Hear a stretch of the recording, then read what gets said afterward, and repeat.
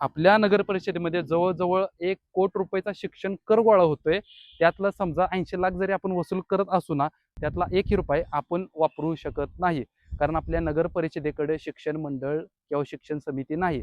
त्यातला एक आणि एक रुपये सरकारकडे जातो आणि वरून शिक्षणासाठी आपल्याला तो खाली फंड येतो. तर एक विनंती राहील, जरा खरंच लक्ष द्या. एक विनंती राहील, आपल्या नगर परिषदेने लवकरात लवकर शिक्षण समिती किंवा शिक्षण मंडळ स्थापन करणं ही काळाची गरज आहे. एकदा की शिक्षण मंडळ स्थापन झालं तर आपला पैसा आपणच वापरू आणि आपल्याच पैशातून आपली पोरं घडवू. आणि शिक्षण मंडळ स्थापन झाल्यानंतर आपल्याला सरकारकडून पण भरपूर साऱ्या योजनांचा लाभ आपण खेचून आणू. कारण आपल्या शहरामध्ये बोंबलत पडलेलं, मी कायम शब्द वापरतोय, बोंबलत पडलेलं आहे. खरंच अशा खूप साऱ्या बिल्डिंग आहेत, जागा आहेत. आता हे समोर बघू शकता, एवढी मोठी बिल्डिंग आहे. ही एवढीच बिल्डिंग नाही, पाठीमागं पण एक मोठी वास्तू आहे, जी आता थोड्या काळापुरती वापरात होती, नाही असं नाही, याचा अधूनमधून उपयोग होतोय.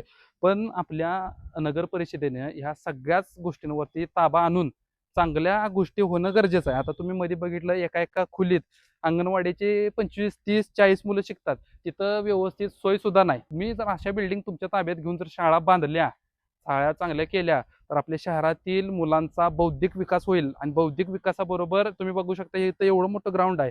बौद्धिक विकास आणि शारीरिक विकास दोन्ही पण होणार आहे. पाठीमागे अनेक बिल्डिंग आहे बघा, त्या ठिकाणी आधी मतिमंद मुलांची शाळा होती, त्यानंतर जिम झाली, आता सगळंच बोंबलत पडलेलं आहे, बंद आहे ते. तिथ पण चांगली वास्तू आहे. तर अशा वास्तू तुम्ही ताब्यात घ्या.